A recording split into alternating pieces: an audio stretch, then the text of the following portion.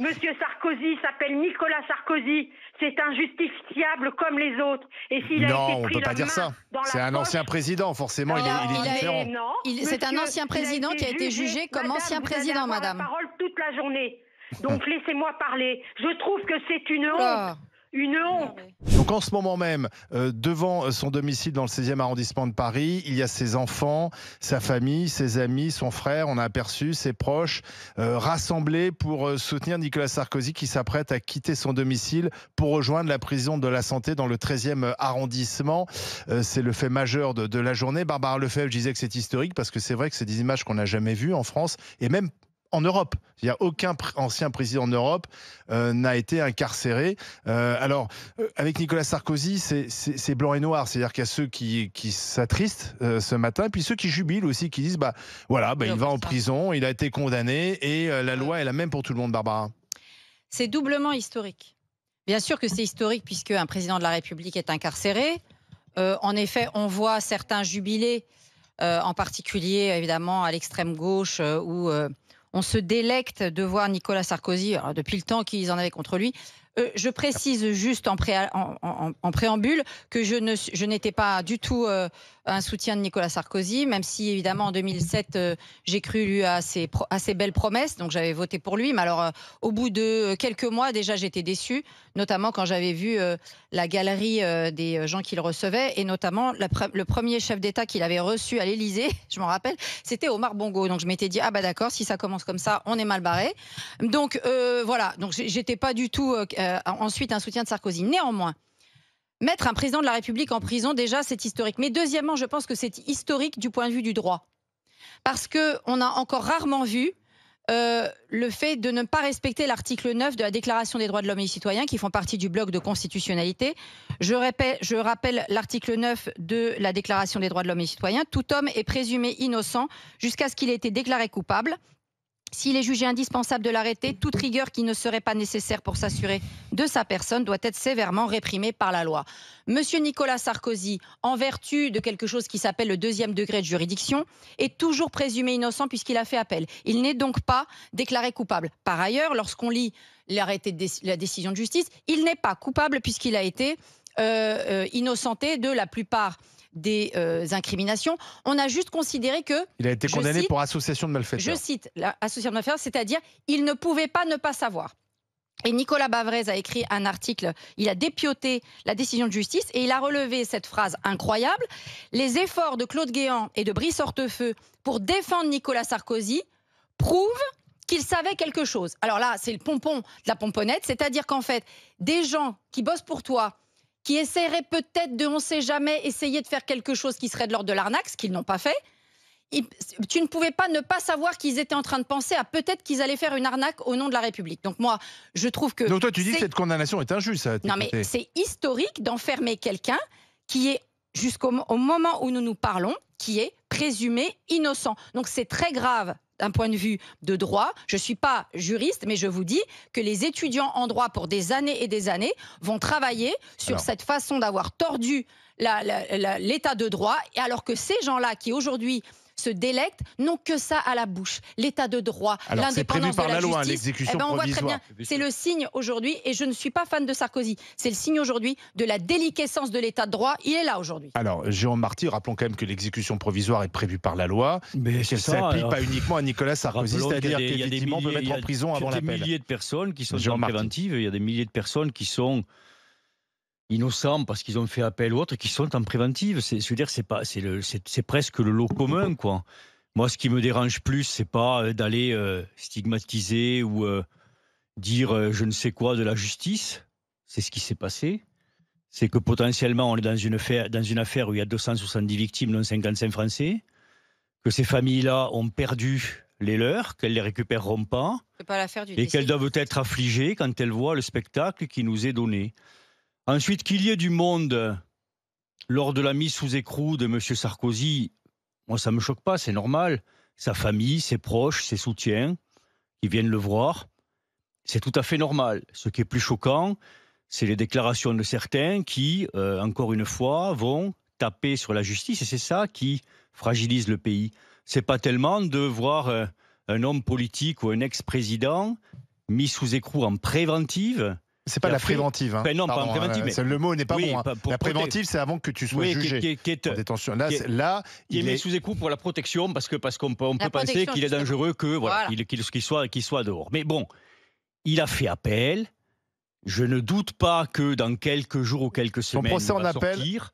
C'est pas sûr, parce que son procès en appel est au mois de mars. Il y a deux solutions. Attends, je termine. Il y a une autre demande de remise en liberté qui a été déposée aujourd'hui. C'est ce qu'a confirmé tout à l'heure son avocat, qui était l'invité de Laurent Neumann sur RMC.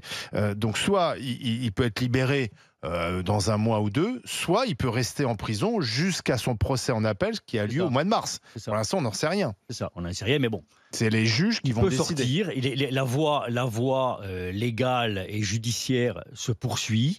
Maintenant, moi, je me mets à la place de quantité de Français qui peuvent être choqués par le traitement particulier, non pas qu'il lui est fait à lui, mais qu'en font un certain nombre de responsables politiques qui sont dans ses soutiens. Le fait qu'Emmanuel Macron le reçoive, ça t'a choqué ? C'est une droite qui devient crépusculaire. Non, mais attends, mais Emmanuel Macron, Emmanuel Macron, le président de la République, l'a reçu vendredi. Est-ce qu'il aurait dû s'abstenir ? Non, je pense pas. Je pense pas, parce que comme il l'a très justement dit, c'est un ancien président de la République. Il l'a reçu, on ne sait pas ce qu'ils se sont dit. Qu'il y ait un traitement particulier là, ça me choque pas, parce que c'est de président à président. Moi, c'est pas ça qui me choque, encore une fois. Ce qui me choque, c'est le traitement particulier qu'en font ses amis quand ils vont désigner la justice et dire qu'il n'y a pas en quelque sorte de justice en France. Ça, c'est déstabilisateur pour un pays, et c'est encore plus déstabilisateur pour leur parti. Cette droite qui est devenue toute petite, toute rikiki, toute rétrécie, va l'être encore plus en faisant cela. Moi, je note que, par exemple, lors du rassemblement, là, il n'y a pas Bruno Retailleau, le président des LR. C'est vrai. Non, parce que quand tu dis cette droite, j'ai vu Henri Guénaud, j'ai aperçu Henri Guénaud, qui est l'ancien conseiller de Nicolas Sarkozy. J'ai aperçu Carl Olive, qui est un député macroniste. Je vois peu de personnalités de droite, au contraire. L'exécution provisoire et l'incarcération dans l'attente d'un appel, c'est quand il est jugé indispensable de l'arrêter. C'est ce qui est dit dans l'article 9. Toute rigueur qui ne serait pas nécessaire pour s'assurer de sa personne doit être sévèrement réprimée. C'est-à-dire que M. Sarkozy s'est présenté à toutes les auditions. Toutes les auditions. Alors attendez, je t'interromps, Barbara, parce que sur les images qu'on voit sur RMC Story, je décris pour ceux qui nous écoutent, notamment dans leur voiture, Nicolas Sarkozy et Carla Bruni, main dans la main, sont sortis de leur domicile, et ils vont vers les gens qui se sont rassemblés près de leur rue Pierre-Guérin, dans le 16e arrondissement. Alors peut-être pour les remercier sans doute, mais aussi peut-être pour intervenir. On va voir si il y a une prise de parole de Nicolas Sarkozy. En tout cas, il arrive à pied au-devant des gens qui sont venus le soutenir. On a aperçu également tous ses enfants, ses fils et ses trois fils et sa fille. Et voilà Nicolas Sarkozy, alors peut-être qu'il va prendre la parole. Il est en train de remercier les gens qui sont là. Il est applaudi par la foule. Est-ce qu'on peut écouter un peu de son ? Est-ce qu'on peut écouter peut-être l'ambiance sur place ? Voilà, on va essayer de mettre un peu de son si c'est possible. Voilà, merci. Incroyable. Comme ça.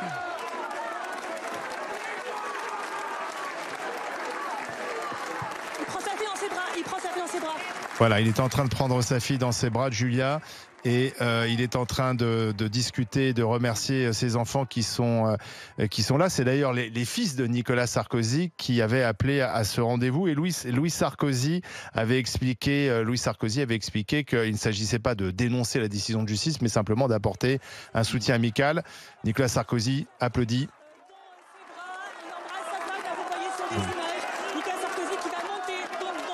Et là, il va monter dans sa voiture. Qui va le conduire donc à la prison de la Santé dans le 13e arrondissement parisien, accompagné également, j'imagine, par sa femme qui peut peut-être la conduire. Elle n'est pas montée dans la voiture. Donc il y va tout seul.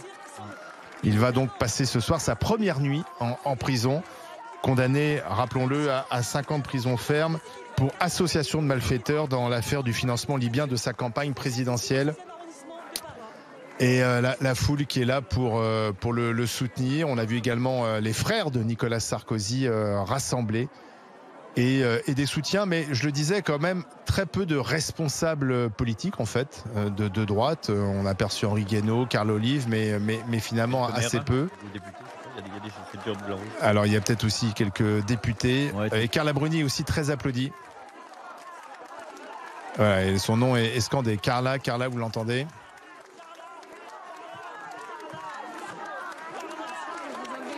Et elle remercie Carla Bruni qui a toujours soutenu son mari. On se souvient de ce geste lorsqu'elle avait enlevé la bonnette de Mediapart à la sortie du tribunal. Il ne s'agit pas, honnêtement, il ne s'agit pas de critiquer la justice, car il y a heureusement dans ce pays une majorité de magistrats qui font leur travail dans le respect de l'état de droit et dans le respect des règles de justice. Mais le citoyen, enfin je crois, mais on peut peut-être me détromper, mais la justice elle est rendue au nom du peuple français. Donc je crois que le peuple français a le droit d'interroger des décisions de justice, a le droit de s'étonner de décisions de justice. Ça ne veut pas dire qu'on remet en cause la justice, qu'on critique tous les magistrats. On donne juste un avis sur une décision de justice et je crois qu'il y a suffisamment de magistrats, d'ex-magistrats, de procureurs, ex-procureurs, d'avocats qui sont un petit peu perplexes devant cette décision de justice-là, puisqu'encore une fois, M. Sarkozy est en prison. Parce qu'apparemment, on est obligé de l'incarcérer, sinon il va s'échapper d'ici à son appel. Deuxièmement, il n'a pas été reconnu coupable d'une quelconque malversation. Mais comme tu le dis si bien, il y a une partie du peuple français qui certes s'interroge dans le sens que tu dis, mais il y a une partie du peuple français qui s'en fout. Tout comme il y a aussi une partie du peuple français qui se réjouit. C'est très divisé et ce n'est pas homogène, contrairement à ce que l'on veut faire croire. Maintenant, pour revenir à la question, ces soutiens en font-ils trop? Parce que c'est ça la question. Pour ma part, je trouve qu'il y a une double indécence. La première, c'est que souvent, quand un puissant tombe, après, toute décision de justice, on peut la critiquer, on peut la trouver injuste. Ils ont toujours cette technique de communication qui consiste à dire « je ne suis pas au-dessus des lois, mais je ne suis pas en dessous des lois non plus ». Or, on voit que les puissants ou les amis des puissants ont la possibilité de se répandre dans les médias pour exprimer justement leur mécontentement, pour pouvoir aussi quelque part manifester une certaine influence, c'est-à-dire que ce sont des choses qui ne sont pas faites au hasard. Qu'il y ait des gens... Nicolas Sarkozy ne se soustrait pas à la justice. J'ai pas dit le contraire, mais quand on a vu toute cette meute quand même dans les jours qui ont suivi sa condamnation se répandre dans les médias pour dire nous ne critiquons pas la justice, mais quand même nous ne sommes pas contents des amis politiques, des avocats et compagnie. La meute de Mediapart, c'était pas rien non plus pendant des années. Oui, d'accord, mais moi je réponds juste à la question, c'est-à-dire que c'est toujours dans l'espoir d'influencer. Et puis la deuxième indécence... Du coup, ça n'a pas marché. Ça n'a pas l'histoire d'influencer. Oui, mais d'accord, mais ils vont quand même toujours essayer de le faire. Et c'est pour dire que eux, ils ont cette possibilité que monsieur et madame, tout le monde n'ont pas. Pour moi, ça, c'est la première indécence. Mais pardon, je peux retourner ton argument. C'est-à-dire tu peux dire que Nicolas Sarkozy a été durement jugé et condamné parce que c'est Nicolas Sarkozy. Je veux dire, moi, je peux inverser l'argument. Mais ça, c'est une possibilité. Inverser l'argument. Mais c'est une possibilité. Mais à la question, ces soutiens en font-ils trop? Je pense que oui, qu'ils se réunissent, ils ont le droit. Ils ont le droit d'être choqués, ils ont le droit d'être tristes. Mais utiliser les médias pour passer des messages insidieux, ça je trouve que c'est une indécence. Ils ne sont pas insidieux, c'est des messages clairs et nets. Ils ne sont pas insidieux. Non, il n'assume pas de critiquer la justice. Ça signe juste la fin d'une époque. Nul n'est au-dessus des lois. Ça signe la fin d'une époque pour un jeu politique qui, pendant des années, de droite, de gauche, du centre, peu importe, se sont crus au-dessus des lois.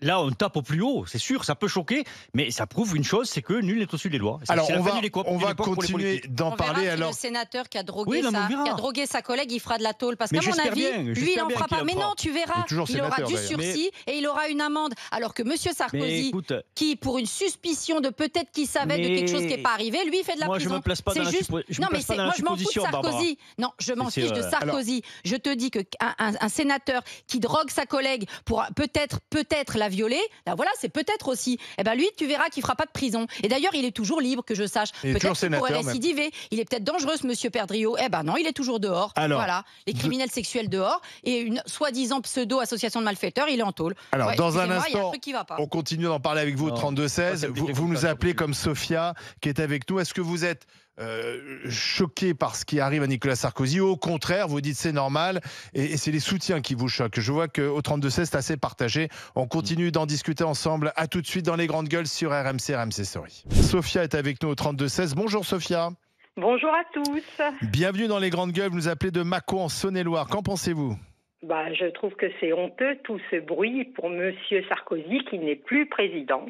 C'est un justiciable comme vous et moi. Et je trouve que c'est honteux. Il a été jugé, donc il doit faire comme tout le monde. Et encore, messieurs, dames, il a de la chance. Il n'est pas parti tout de suite en prison sans dire... il a pu dire au revoir à sa famille, vous vous rendez compte? Mais la chance qu'il a eue, ce monsieur, il a été président de la République. Il y a un rapport qui est sorti le 15 octobre du contrôleur des prisons qui dit que les prisons en France, c'est une honte pour une démocratie. Et Monsieur Sarkozy fait tout un toin-toin, tout son entourage, mais il a les moyens, Monsieur Sarkozy. L'avocat que vous avez eu ce matin, vous savez les sommes qui ont été versées? Et encore, tous ces gens-là, c'est puissant. Il y a encore des gens qui les applaudissent, des petites gens comme moi qui vont l'applaudir. Mais c'est une honte pour la France. C'est une honte. Il va à la santé. La santé, c'est une prison qui a été refaite. Il va avoir Monsieur Darmanin. On sait déjà que Monsieur Darmanin, mais comment il a eu un permis de visite aussi rapidement? Non, mais il y va en tant que garde des Sceaux. Il y va en tant que ministre de la Justice, Gérald Darmanin. Mais même, et il peut visiter n'importe quelle prison. Il a la carte. Mais même Monsieur Sarkozy s'appelle Nicolas Sarkozy. C'est injustifiable comme les autres. Et s'il a été on ne pris peut pas la dire main ça. dans la C'est un poche- ancien président, forcément, il est différent. C'est un ancien président qui a été jugé comme ancien président, madame. Vous avez la parole toute la journée. Donc laissez-moi parler. Je trouve que c'est une honte. Une honte. C'est une honte. Oui, Nous, on n'a même pas. Je veux dire, si demain, on doit aller en prison, on n'a pas les moyens que ce monsieur il a. On n'a pas les médias avec nous.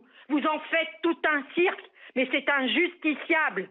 C'est un humain, comme vous et moi. Bah oui, mais monsieur, quand on couvre... Excusez-moi, madame. Du monde. Il a Oui, déjà mais l'argent. Sophia... La justice, c'est l'argent, madame. D'accord, ok. Oui, au fond. Ça l'a pas empêché d'aller en prison. Sophia... Les magistrats remettent des enfants à des pères qui violent leurs enfants. Hein. Regardez les procès qu'il y a. Oui, alors, Sophia, excusez-moi, quand les médias parlent et couvrent le procès Jubilard ou couvrent le procès de la meurtrière, parce que moi je ne dis pas présumée, je dis la meurtrière de Lola, excusez-moi, c'est normal, c'est la couverture médiatique. Là, c'est un président de la République, donc peut-être que pour vous, il est insignifiant, mais c'est normal que les médias couvrent l'incarcération d'un président de la République, tout comme on a eu le procès Fourniret, le procès Lelandais, le procès Jubilard, c'est des sujets judiciaires qui intéressent l'opinion publique. Ouais, mais il y a quand même une différence entre couvrir un événement, et c'est important de le faire, et le fait aussi d'utiliser les médias. Quand les enfants de Sarkozy appellent au rassemblement, ils savent que ça va être diffusé. Quand Nicolas Sarkozy tweet, fait ses textes, on a l'impression que c'est le Christ qui va à la croix. Mais oui, mais bien entendu. D'ailleurs, on sait très bien, il part avec le comte de Monte Cristo. Il part avec le comte de Monte Cristo et une biographie de Jésus-Christ. Il y a besoin de dire tout ça.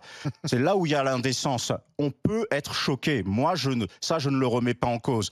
Mais que ça se fasse dans le silence, qu'on laisse les médias faire le travail, mais qu'on ne rajoute pas de l'huile sur le feu. Et ça, les gens ne sont pas dupes. Donc, quand tu parles du peuple français, puisque c'est une expression que tu aimes bien reprendre, t'en as qui sont dans ta position et tu en as qui sont comme la position de madame. Et il faut respecter toutes. Alors, moi, je voudrais qu'on écoute Laurence Saillet. J'ai juste utilisé ce terme pour dire que la justice était rendue au nom du peuple français, c'est tout. Attends, Barbara, on va écouter Laurence Saillet, l'ancienne députée qui était au rassemblement à l'appel des enfants, des fils de Nicolas Sarkozy ce matin, il y a encore quelques minutes. Laurence Saillet, bonjour. Oui, bonjour. Pourquoi vous étiez sur place ? Parce que je voulais apporter à Nicolas Sarkozy mon soutien et mon amitié, et tous ceux qui étaient là étaient dans cette dynamique. Ils avaient envie de lui prouver qu'ils étaient avec lui. Il y a des millions de Français que son incarcération choque. Donc c'est important qu'on soit réunis, même si effectivement beaucoup de gens n'ont pas pu venir, et il a reçu des milliers de témoignages.